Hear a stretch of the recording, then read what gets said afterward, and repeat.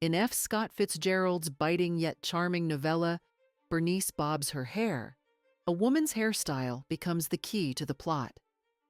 The 18-year-old protagonist, Bernice, is a pleasant but unremarkable girl who suddenly garners attention from young men after announcing she'll cut her long, luxurious hair. This promise, paired with the public spectacle of the act, transforms her into a sensation. At the time, short hair symbolized modernity and independence, a bold departure from the traditional image of femininity. Yet when Bernice finally goes through with the bob, she feels like Marie Antoinette being led to the guillotine, losing not just her hair, but her newfound allure. What she gains, however, is an unexpected sense of freedom and self-determination. Fitzgerald's tale underscores the cultural significance of hairstyles, particularly for women, and reminds us that hair remains a potent symbol of identity to this day. This theme also resonates in Galia Ofek's book, Hair in Victorian Literature and Culture. Exploring Victorian England's fascination with hair, Ofek shows how it became a powerful tool for constructing and expressing femininity. In an era when Victorian women were often perceived as oppressed and passive, their hairstyles reflected deeper societal values and anxieties. When we think of Victorian women, the image of a tightly corseted, demure figure often comes to mind. As Valerie Steele points out, Victorian dress was frequently interpreted as a symbol of women's social subjugation and sexual repression. Corsets and crinolines were seen as physical manifestations of this restrictive lifestyle.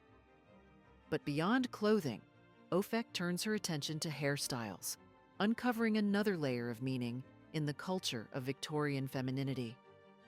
Through art, literature, and social customs,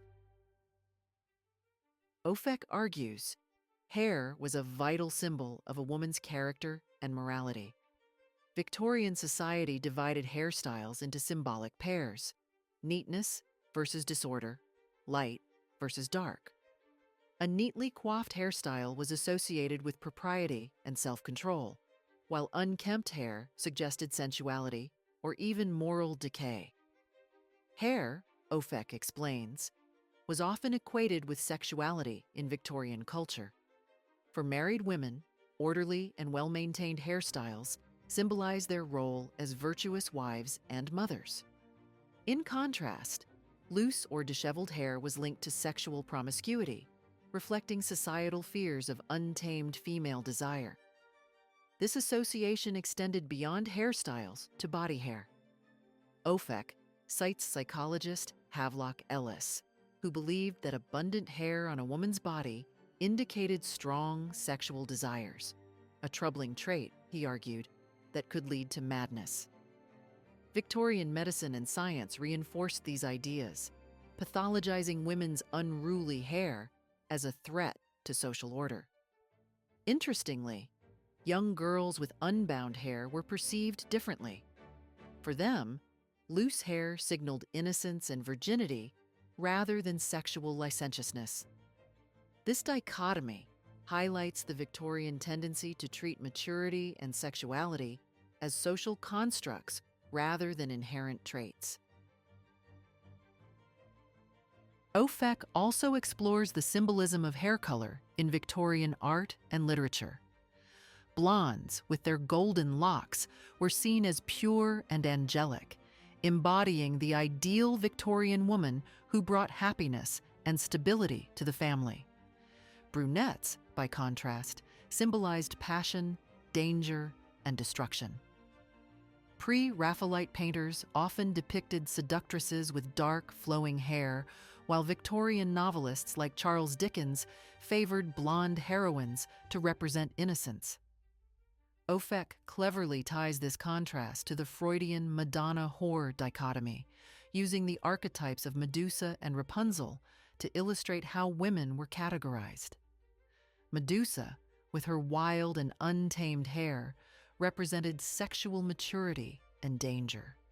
Rapunzel, on the other hand, symbolized purity and submission with her golden, orderly locks. Ofek argues that male Victorian authors perpetuated this dichotomy, creating rigid archetypes of femininity through their literary depictions of women's hair. Interestingly, female Victorian writers offered a more nuanced perspective.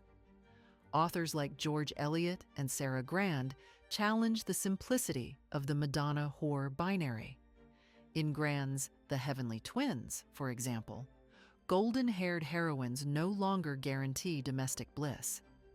Conversely, heroines with unruly hair, like Hester in Margaret Oliphant's Hester, are portrayed as independent and complex, even if their independence leads to personal struggles.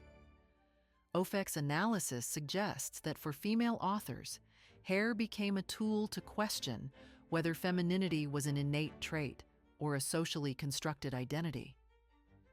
The most fascinating part of Ofek's book may be her discussion of hair as a commodity. In Victorian England, hair wasn't just a personal attribute, it was a material good. Hair relics, jewelry, and wigs were widely traded and fetishized.